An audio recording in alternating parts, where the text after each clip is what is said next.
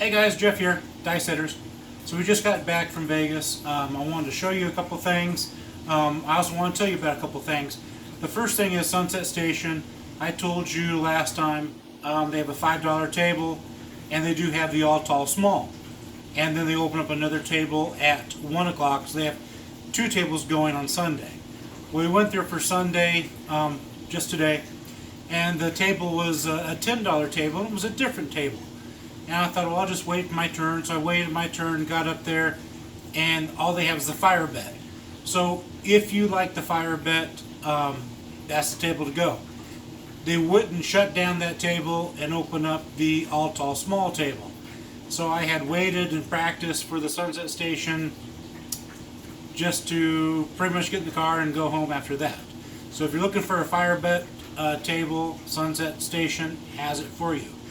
So we were at Samstown. We also stayed at Boulder, and then of course we went to the Sunset. So I want to talk about the field. I also want to talk about what I was seeing at the table. You're here to win money and have fun. So if you're not winning money, you're not having fun. If you're not having fun, you're not winning money. It's kind of a hand-in-hand kind of thing. That's why I like it so much, because I want to have fun. I also want to win money. But sometimes you can overthink it. Sometimes it seems like you always lose. So I'm going to try to help you kind of, figure out how not to lose so much. And so you can start progressively getting better. You can take more money home with you. So this is the setup right here.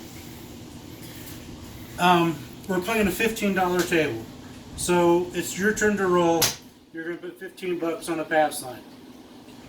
To protect this $15, because if you roll a 2 or 3, you're going to lose this $15. You're going to sit there and put down insurance. We're going to put insurance on the C.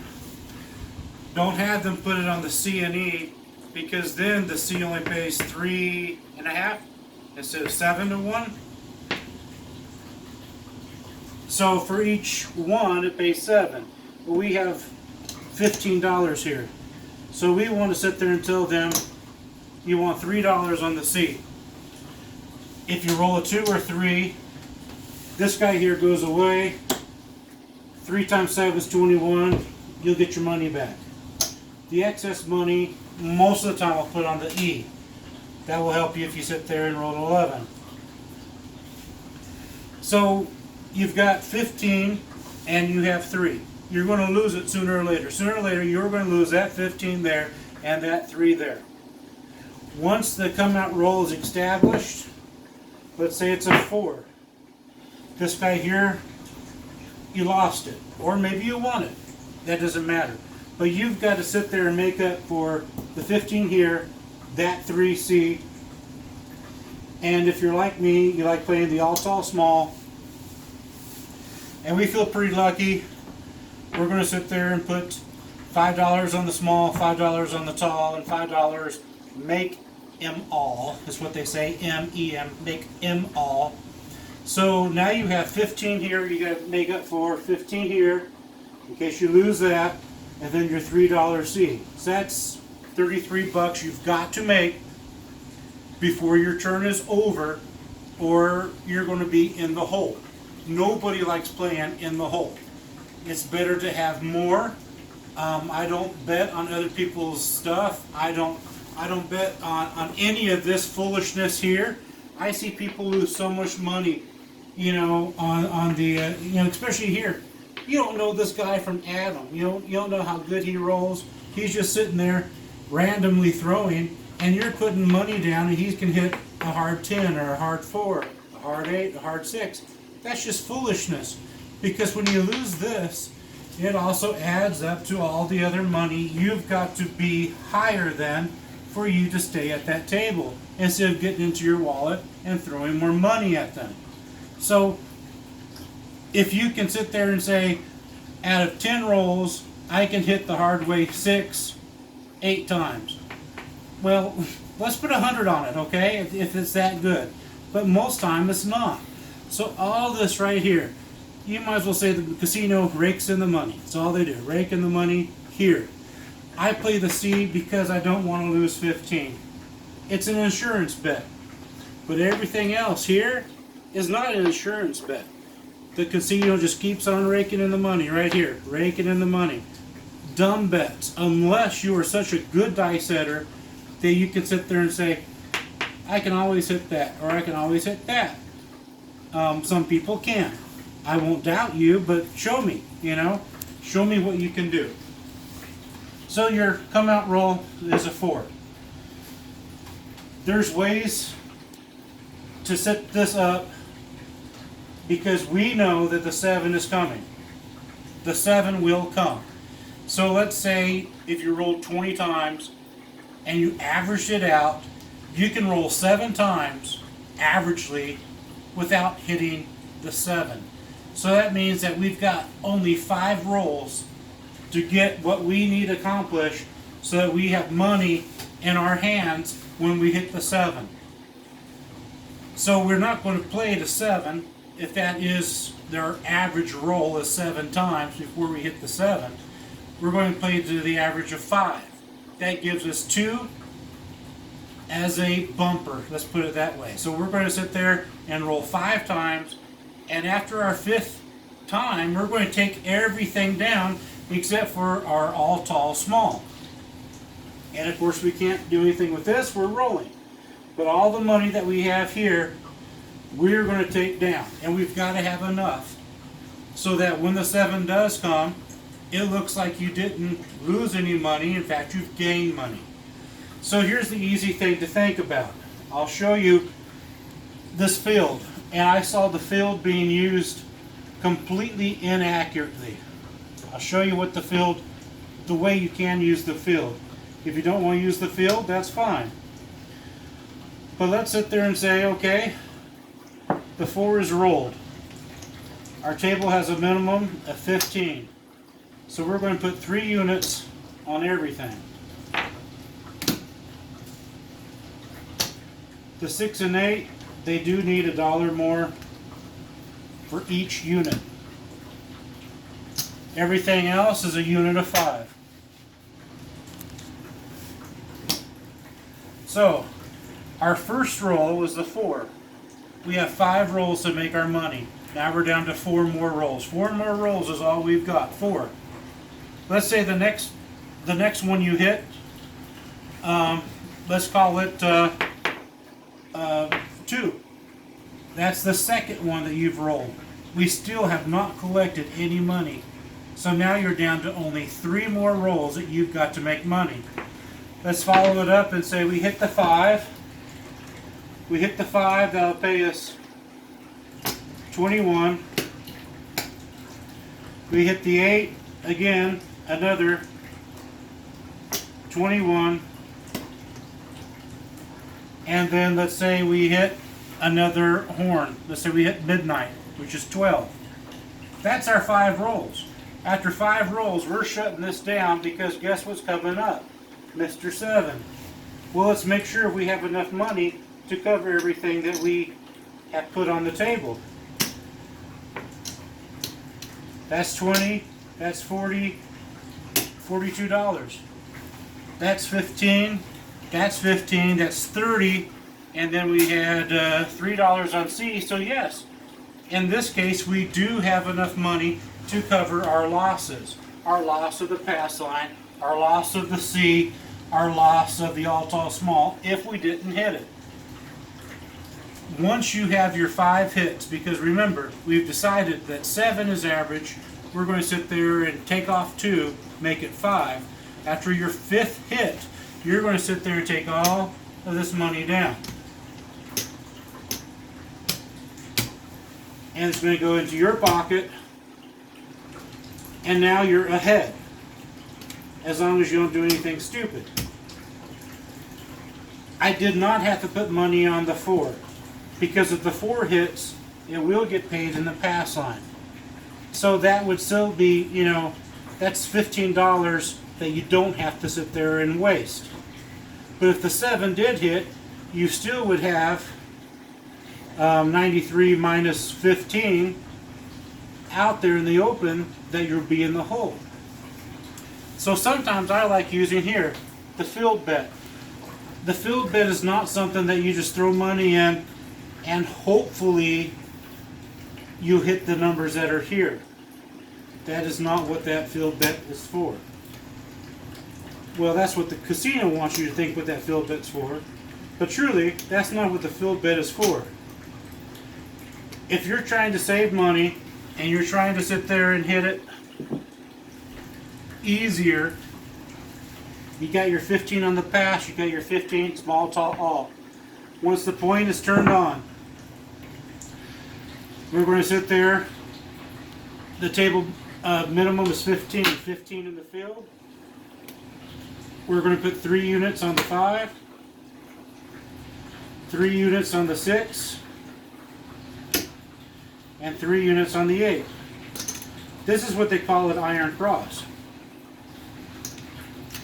So now, no matter what hits, whatever you roll, you're going to get money for it. As long as you don't roll a 7. So let's say the next roll, you sit there and hit 2. Well, that fulfills this right here, the field. The field pays double. So instead of getting 15 bucks back, you'll get 30. We also, remember, we rolled a midnight. Again, that pays double. So instead of getting back 15 bucks, we'll get back 30. And every number that you see here, get the 10, pays in the field. Get the 9, pays in the field. The only bad thing is the 8, the 6, and the 5. So you'll lose your field for these 3 numbers. So you lose 15, and you'll get it replaced with 21. And then you'll sit there and put 15 back, and you pocket 6. So it's not like you're really losing it, but now you've got more coverage. You got more coverage, so you don't have to worry about the 11 hitting, the 12 hitting, the 2, the 3. Because remember, we only have 5 numbers. We only have 5 numbers.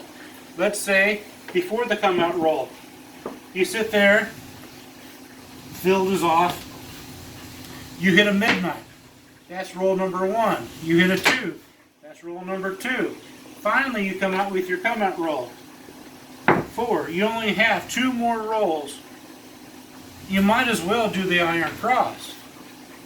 Because what happens if the next 2 numbers are horns, which will be 12, 11, 3, and 2. You're not going to have enough money to make up for the 15 you're going to lose, the 15 you're going to lose, and the 3 on the C that you're going to lose. So this is the iron cross, and it's not meant to be left up. It's not meant to just keep on rolling, and we'll see how long we can leave it, and then when you roll a 7, they'll sit there and take it all. It's meant to be shut down. We're playing the short game, and the short game is that we get back what's on the table, what we could possibly lose. We don't want to play in the hole. Playing in the hole is not good. Years ago, and you might still find it, on the field, they would have this as being triple. There are some places that still do that. 12 would pay triple. I've heard of it, but I've never seen one. They used to have both the 2 and the 12 being triple. In that case, yeah, it's way cool to put money here because you're hoping for a 2 or a 12. Because instead of it paying double, it's going to pay triple. The house has less of an edge if that were the case, but it's not. Most casinos now, you're going to see double for the 12, double for the 2. There was, I was at Boulder Station on Friday night, and there was a guy, and he might have had this much money left, 15 bucks. And his buddy started rolling, and he would sit there, and at first he sat there and put everything in the field. Well, his buddy won. So now it's double. And he just kept on doing that. He went to having $15 to having over $1,000 just from his buddy rolling. His buddy hit the field 12 times out of 14 rolls. To the point that the guy was putting $100 in the field and making it. $100 in the field, making it. The field, if you look at the odds spread out, is not a good bet. It's like going to a slot machine that's supposed to pay out 99%. That does not mean you put $100 in, you're going to roll out with 99. That's not the way it is. It's in a long term. It's in 1,000 rolls. It's in 1,000 pulls of the slot machine. It's not your 100 pulls of the slot machine. It's over a long period. That was a short period, and this guy won big time in the field. There was another guy watching him, so he started doing it. Well, he lost $500 in the field because guess what? The odds say that this is a sucker bet. And he was on the end of the sucker bet, where the other guy was on the end of this is a winning bet. The field for me would be a catch-all, because what will you do when you roll the 3, the 2, the 12, the 11? You're not going to make any money on it if your money is here, but you will if it's on the field. You only have 5 rolls or whatever it is. Your 7 will come out, and you will have an average. Most people, the 7 coming out is going to be shorter. You might only get to have 2 rolls. Well, the first roll is establishing the point. Now you're only down to 1 roll. I don't know how much money you'd have to put on here to make that 1 roll count. It'd probably be like $360 you'd have to put up here, just so that when one number rolls and you take it all down, you'll have enough for next time. The 15 here, the 15 here, and the $3 C. You don't have to play it that way, but that's a smart way of doing it. No one likes it when you keep on losing on the pass line on the come out roll, because someone keeps on rolling a 2 or a 3. It's awful. Or a 12. Nobody likes that. It's called insurance. Sometimes you'll sit there and you'll roll a 7, you lose this. Or you roll an 11, you're going to lose your C. So then you have to put more money on the C, more money on your all tall small when you roll the 7 before the come out roll.